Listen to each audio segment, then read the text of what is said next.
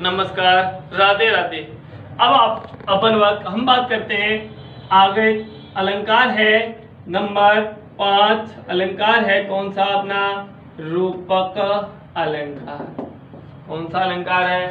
रूपक अलंकार।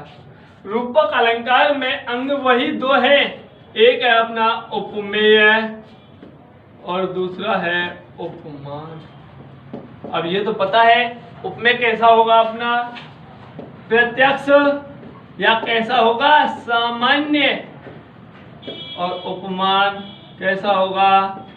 अप्रत्यक्ष या कह सकते हैं इसको प्रसिद्ध या होगा श्रेष्ठ। इसका लक्षण है या परिभाषा है इसकी, काव्य पंक्ति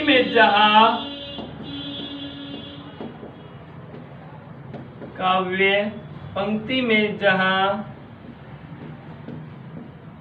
उपमेय को उपमान के साथ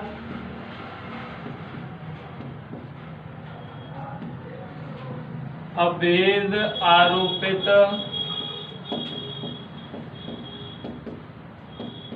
किया जाए या एक वस्तु को दूसरी वस्तु का रूप दिया जाए, उसे रूपक अलंकार कहते हैं। कि रूपक अलंकार अंग है इसके कितने? दो। एक उपमेय है। उपमेय कैसा होगा? प्रत्यक्ष अर्थात हमारे सामने होगा, या कैसा होगा? सामान्य। जबकि उपमान अप्रत्यक्ष होगा या कैसा होगा? प्रसिद्ध होगा। इसका लक्षण है कि काव्य पंक्ति में जहां किसको? उपमेय को किसके साथ? उपमान के साथ क्या किया जाए? अभेद आरोपित किया जाए, या एक वस्तु को दूसरी वस्तु का क्या दिया जाए? रूप दिया जाए। क्या दिया जाए? रूप दिया जाए। वह कौन सा अलंकार? अपना रूपक अलंकार है। अब यहाँ एक शब्द आया है अभेद। अभेद, अब किसी शब्द के आगे ए जुड़ रहा उसका अर्थ होगा नहीं। भेद यानी भेद, अर्थात उपमेय और उपमान में कोई क्या नहीं होना चाहिए? भेद नहीं होना चाहिए, अर्थात एक जैसे होने चाहिए। वह कौन सा अलंकार में कार्य हो रहा है? रूपक अलंकार। अब रूपक अलंकार की शर्त क्या है? उदाहरण के लिए शर्त क्या है कि जब हम अर्थालंकार का भेद चल रहे हैं, क्योंकि रूपक अर्थालंकार में अर्थालंकार में है। अब इसकी शर्त है या पहचान है कि हम पंक्ति का अर्थ करेंगे। अर्थ करने पर पहले आएगा उपमान। पहले क्या आएगा? उपमान। उपमान के तुरंत बाद कौन सा शब्द आएगा? रूपी। और रूपी के बाद कौन सा आएगा? उपमेय। यदि ये कंडीशन ये बन रही है, अपने कंडीशन बन रही है, तो अपना रूपक अलंकार सही है। दूसरी बात, योजक चिन्ह आ रहा है।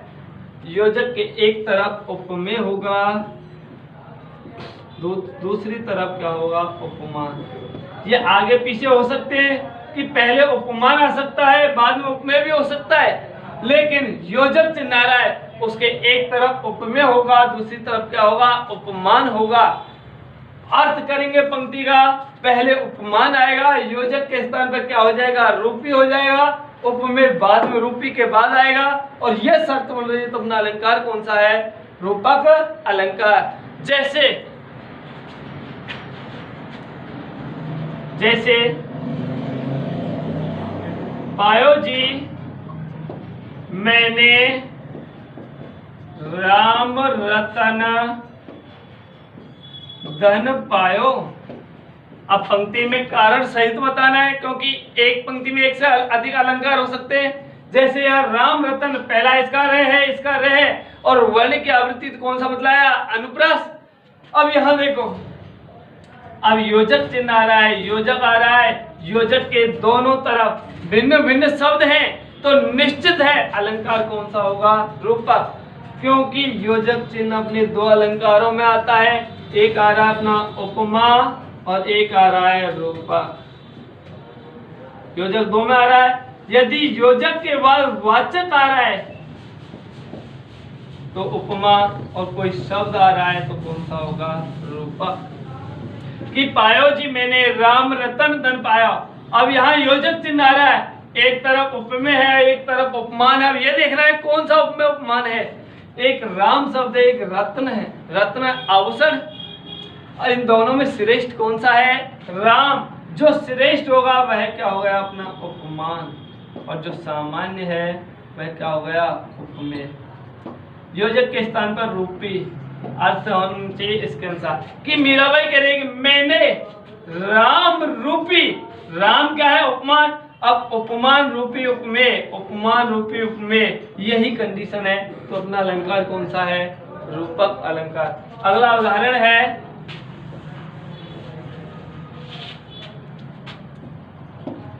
मैं इसने सुरा का पान किया करता हूं।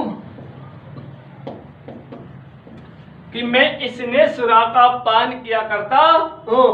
कि कवि कह रहे हैं कौन? हरवंश। अब देखो योजक चिन्ह, एक इसने आ रहा है एक सुरा आ रहा है। इसने का अर्थ होता है प्रेम, सुरा का अर्थ होता है शराब। सुरा का अर्थ क्या हो रहा है? शराब। प्रेम और शराब दोनों में श्रेष्ठ क्या होता है? अपना प्रेम। जो श्रेष्ठ है वह क्या हो गया? उपमान। ये क्या हो गया? उपमेय। उपमान उपमेय के अनुसार अर्थ निकालो। कि कवि कह रहे हैं हरवंश राय बच्चन की मैंने प्रेम रूपी शराब, मैं प्रेम रूपी शराब का क्या करता हूँ? पान यानी सेवन करता हूँ। अतः उपमान रूपी उपमेय, यही सर्वतारित कौन सा अलंकार है? अपना रूपक अलंकार। अगला है अलंकार अपना उत्प्रेक्षा अलंकार।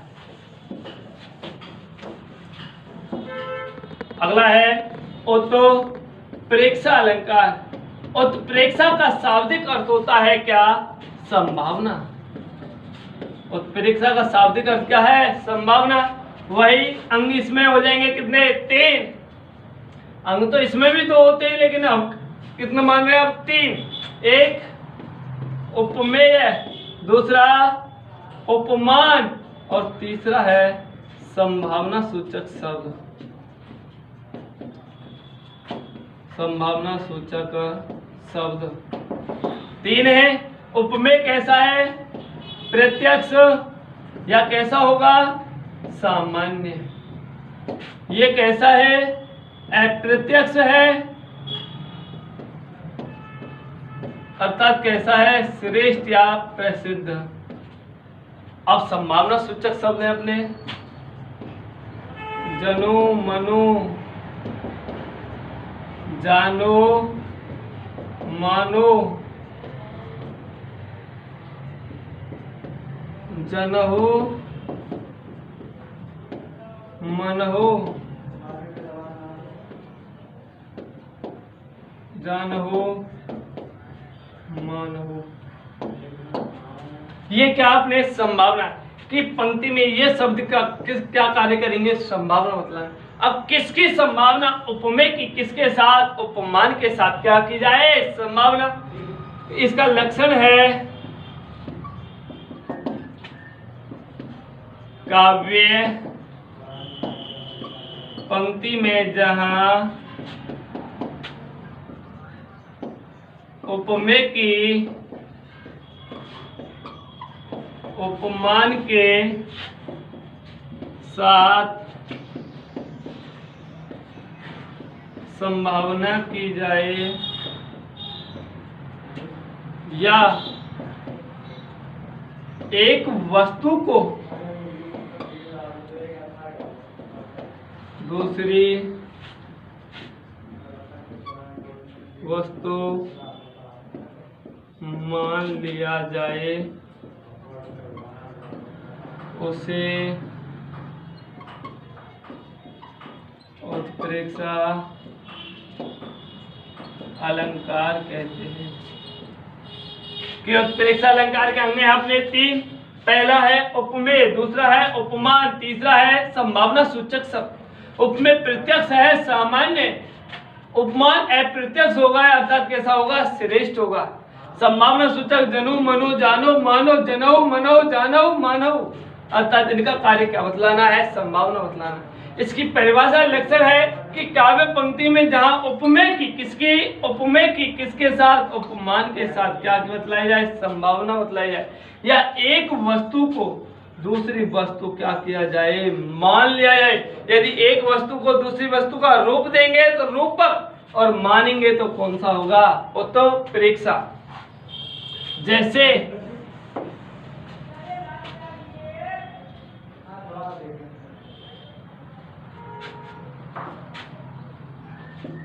नेत्र मानो कमल है, नेत्र मानो कमल है। अब मानो आ गया, ये हो गया संभावना सूचक। अब नेत्र और कमल हम किसको देख के कह रहे हैं कि ये नेत्र किसके जैसे है, कमल। और नेत्रों को देख रहे हैं, जो प्रत्यक्ष है वह क्या, अपना उपमेय। प्रत्यक्ष है वह क्या है, उपमेय। किसके जैसे बतला रहे, कमल के जैसे। और दूसरे अप्रत्यक्ष है कमल, या कमल तो ये देख के तो नहीं कह रहे, अप्रत्यक्ष है वह क्या होगा, अपना उपमान। क्या होगा, उपमान होगा। तो ये क्या होगा, उत्प्रेक्षा। अगला उदाहरण है श्रम सीकर सांवरी देह लस मनो राशि महतम तारकम, राशि महतम तारकम के। अब पहली बात मनो आ गया, क्या हो गया, अपना संभावना सूचक शब्द। मनो क्या हो गया, संभावना सूचक शब्द हो गया।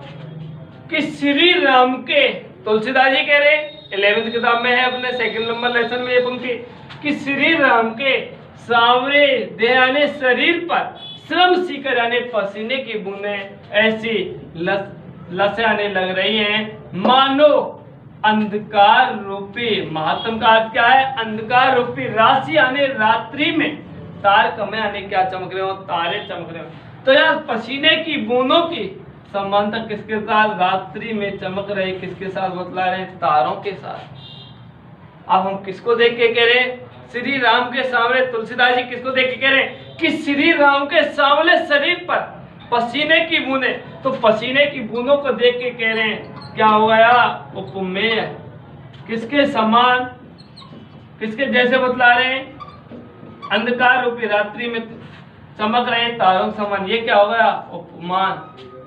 तो काव्य पंक्ति में जहां उपमेय की उपमान के साथ संभावना की जाए, या एक वस्तु को दूसरी वस्तु मान लिया जाए, वह कौन सा अलंकार है, अपना उत्प्रेक्षा अलंकार।